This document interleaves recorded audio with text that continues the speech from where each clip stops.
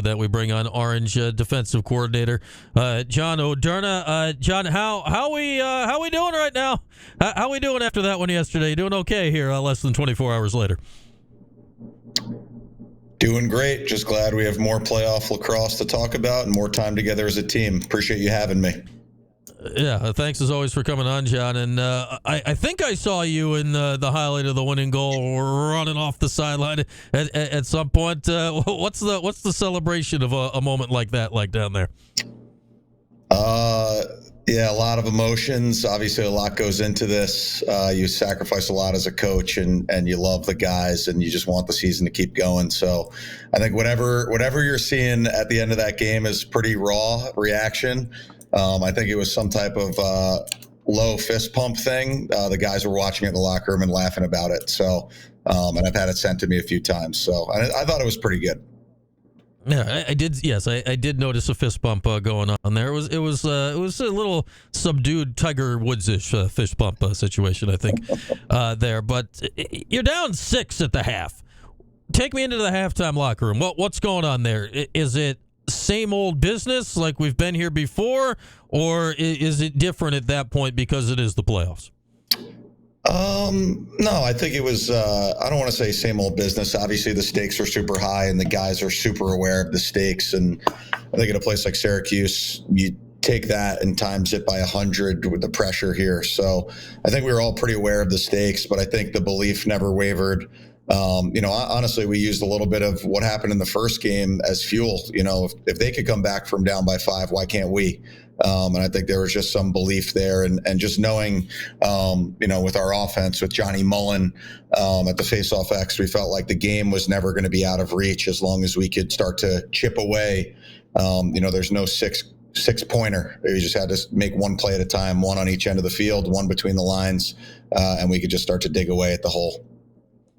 It also feels like, to me, John, you're new-ish anyway to Syracuse lacrosse, at least in the grand scheme of it, having been around here for the last few years. But you're aware of the history of the program and have watched it. Like, comebacks like that are oddly, seemingly baked into the DNA of Syracuse in the way they're not for other lacrosse programs. Does that just take hold at some point during the game? The crowd's going crazy. Like, there seems to be a belief, right, that you don't get everywhere. Yeah, I think it was a little bit of dome magic. The dome's the best venue in the sport, and I think there's so much history and tradition, and we wear that on our sleeves every day, and we carry it around in a good way. So I think the fans got behind us, and you could feel them early in the second half, and it just felt like the belief sort of started to snowball, and it was just an exciting game to be part of for sure. Was there ever a moment of doubt into the fourth quarter? Like you guys clearly had taken some momentum, right? But they're hanging in. Like they didn't just give in right away. Was there any moment of doubt before it really flipped right when they had that unreleasable penalty? I don't think any more than what we walked into the game with. Harvard is an elite team, and we knew that it was a 50-50 contest either way. You can look at their recruiting. They've had top 5 recruiting classes each of the last 4 years. So I know the seeding and the perception, but Harvard is as good a team as anybody. They have as good a losses as anybody. So, I think it wasn't doubt. It was just we're up against a really good opponent. We put ourselves behind the 8 ball a bit, but I think once we were able to sort of start to build momentum and sort of shake off. I think we had a little bit of a ACC tournament hangover. You play 2 top teams in 36 hours, wears on you a little bit. And I think we shook that and we're able to sort of start stacking plays on both ends of the field. John Odierna with us, Syracuse lacrosse defensive coordinator. A couple of your guys, the Long Poles, got into the mix with their first career goals yesterday. Go figure what a time for it. Nick Kakamo scored early and Chuck Kaczynski got one late. What are you seeing when your Long Poles are doing damage like that in the playoffs? It's unbelievable. Great time to step up and make a play. Nick Kakamo, we waited. It's his 5th year. Good time to get his first goal. And Chuck Kaczynski's been scoring goals all year in practice. I actually made a joke last week. He scored like 2 plays in a row in practice. I'm like, one of these games, he's going to do it in a game. So he chose a good time for it. They both checked in at the right time for it. So I I had Nick on last week, Tuesday, I think, and we were talking just like this, John. And I've always known Nick to have the facial hair going. Then I see the video yesterday. He looked clean shaven. Did he play off shave? I feel that's backwards here, John. What's going on with Nick? Yeah, I can't speak to him specifically. I will say the guys on Thursday, the discussion was that we were all doing playoff beards, myself included here. So you can start to see I've got some type of shadow happening. I don't know exactly what it is, but I think we were all, I told the guys, my wife was coming into town. She lives on Long Island. So she was coming into town. I needed one more shave before she got here, and then I'll ride it out the rest of the way for at least 2 weeks until we bring home the trophy on Memorial Day. Okay, there we go. It's not as significant as a commitment as like the hockey playoffs. You only got to do it for like 2.5 weeks. So that's not as bad, right, John? Yeah, I'll take the trade. Nobody needs to see what my facial hair would look like after a month. That's not going to be good for me or anybody that has to look at me. Okay, there we go. So I'm sure Kakemo's stuff will grow back quickly to get him ready, hopefully, for Memorial Day. So what's the process now? You win the game yesterday. How fast do you got to turn that around? There's a lot of emotion, right, coming off that. You got Princeton on Saturday. I imagine you're already deep into scouting for that. But how fast is the turnaround process for you guys?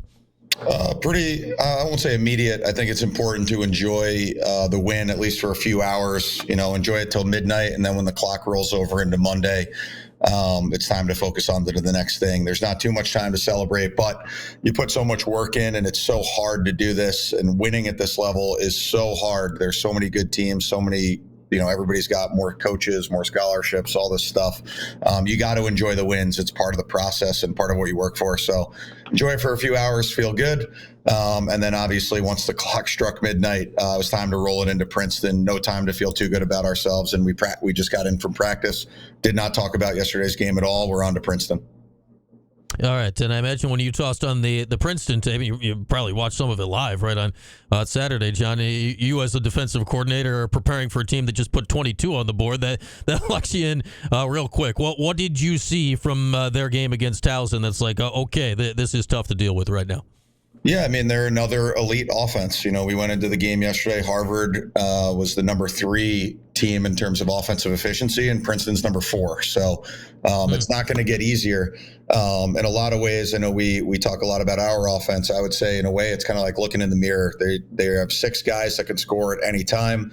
They all stir the drink. They could all attack you. They're all super high skilled. So it's a pretty cool matchup of 2 very historic programs that are sort of climbing their way back to the top of the ladder here. And I think it'll be a pretty exciting one. But defensively, we'll definitely have our hands full again with another really tough matchup. Yeah, it feels like we're partying again, like it's 20, 30 years ago now, right, with Syracuse and Princeton meeting in the playoffs. It used to be like literally annually. It felt like for about a decade there when Princeton was at the height of their powers with Bill Tierney. Sam English giving up any dirt here? I mean, he played with a lot of those guys. Sam giving you any insight on what to look for here this week? Yeah, he sought me out at the beginning of practice, said he wanted to talk about some of the guys. So we'll meet. I told him I want to do a little more digging on the film, and then we're going to meet sometime tomorrow and go over it all. We usually meet Tuesday and Wednesday to talk the defensive game plan and get him caught up. So I'm sure he'll give me some insight. Maybe let me know what their pregame playlist is or something like that too. And we'll take whatever help we can get. I'm no ego. I'll take all the help I can get. Yeah, hey, you know how it is. I mean, you just went through it here last week. Like these games come down to one play essentially when it comes to it this time of year. I want to know what it's like here. John Mullen's been so good for you all year long, and the last month, I mean, it's next level, and obviously he totally dominated possession of the game yesterday. Obviously, that's great to have the ball, but what's it like to try not to be like, hey, we can't rely on this too much. You can't always count on him dominating. How do you handle that balance when you have a face-off guy that's cooking like John is right now? Yeah, I mean, Coach Aquaviva, he coaches those guys. He's done an awesome job all year. And obviously when your face-off guy is playing make it, take it, it makes life easier for everybody, right? The more you play offense, the less they play offense. And the more you play offense, the more likely you are to score. So, I think you never want to rely on it. We had several games this year where we weren't, as dominant at the face-off X, and we were still able to have success as a team. right? So you never want to rely on it, just like you don't want to rely on having to hold a team to 5, and you don't want to rely on having to score 15 to win every time, right? So, right now we're just kind of challenging everybody to focus on what's right in front of them, and win their area, whatever that takes. And the hope is that, in the biggest game of the year now on Saturday, because it's the next game, we can get all three phases clicking at the same time. And hey, you said it there. It's the biggest game of the year because it's the next game. It's also the biggest game of the year, right? Because the Final Four's on the line. I know you guys have been able to shift the perspective kind of off that here, right, for the last couple of months. But now that it's quite literally in your lap here this week, is that a challenge? Does that tell you that thought process has been paying off? How does that go into this lead up to the Princeton game? Yeah, I think it's built in. The pressure's built in. Everybody knows what's at stake. Everybody knows what's been at stake all year. Again, Syracuse is a place like nowhere else. We've got more fans, we've got best fans in the country, most educated fans. You guys are talking about us more than any place, in the country talks about lacrosse. So I think the pressure and the stakes is built in every day. We take that extremely seriously, and I think the big conversation today was, all year we sort of pointed back to last year's game, against Denver, where we didn't put our best foot forward as a program with a big opportunity, and we felt we had to earn the right to right that wrong, regardless of who was standing in front of us to do it. And now the conversation shifts to let's go all in on it, and put ourselves in the best spot to create a great result. You can be disappointed if you go all in and you don't get the result, but you don't want to have regrets that you didn't go all in. And that's, we felt like last year we maybe walked away with regrets. This year we're going to go all in and see if we can force the result in our way this time. Do you look at anything from that Denver game last year, John, as like, okay, like this is something we need to avoid here? Or is it completely different because is Princeton? Like, was there something like specific to the quarterfinal game you can go back on, or is it just two different teams and that doesn't apply here? No, I wouldn't say anything tactically. I think it's more emotional. This right now, Monday through Friday, I would say is the difference. I think for us last year, I know, again, the expectations are so high, but I think we arrived a year ahead of schedule. Last year it was, can we get back to the NCAA tournament? And then being the 4 seed, I would say, surpassed what the expectations were going into the year. And I'm not sure we were ready to take the step yet emotionally. I think we had the talent. I think we felt we were ready to take the step until we learned the lesson, right? So I think this year it's totally different, but I think we learned a lot last year being in this position and maybe not realizing the stakes or how hard it is to get back to this spot. And, the big talking point I was on Friday, I'm starting to feel like I should get my own show here. Listen, you need a co-host. I'm your guy. But, I think what we're learning is the stakes are high and we've got to go all in on it. And now I think the expectations are so obvious. So, I think we're just excited to have earned the right. And it was a rocky road getting here. Obviously it's not, success. There's that classic coaching chart where success, it's not like this. It kind of goes up, then down, then up, then down, then up. Right. I think that's been sort of this year for us. So, we're not taking it for granted. It's extremely hard to get here. And there's a reason why there's only 8 teams left and we've earned the right to be one of them. Don't threaten us with that hosting job, John. We might just take you up on it, and you'll be locked into that.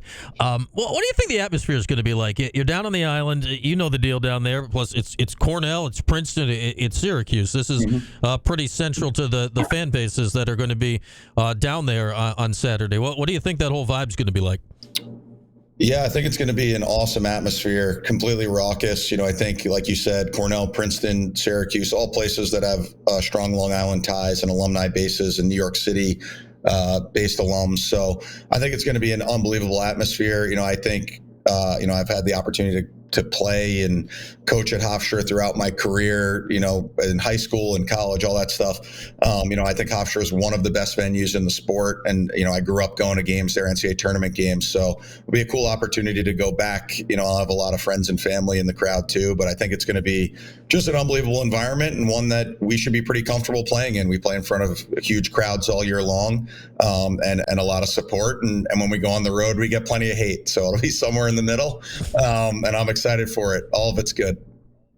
Yeah, it's been one that has historically treated Syracuse well on this very weekend of the year. So we'll see if it does so again coming up this Saturday. Again, scheduled for 2:30. Syracuse and Princeton will be on the field after Cornell and Richmond get off going at noon. All right, John, congrats on a crazy one last night. Looking forward to some more fun on Saturday. Thanks as always for hopping on. Thanks for having me. I appreciate it. All right, there he is, the next host of our station, John Odierna. Don't think we won't take him up on that. Don't threaten us with a good time, John. We'll work you into the mix here as we step aside here on this hour. Brought to you by William Mattar. Hurt in the car? Call William Mattar. Give us a call when we come back. Phone lines open the rest of the way. Talking Lax on a Monday, 315-437-7644. Phone lines open and available to you. A little football next hour as well. That Fran Brown is a busy boy. He's at it again over the weekend on the recruiting trail. All that and more as we roll along here on this Monday at Q Sports Talk and ESPN Radio.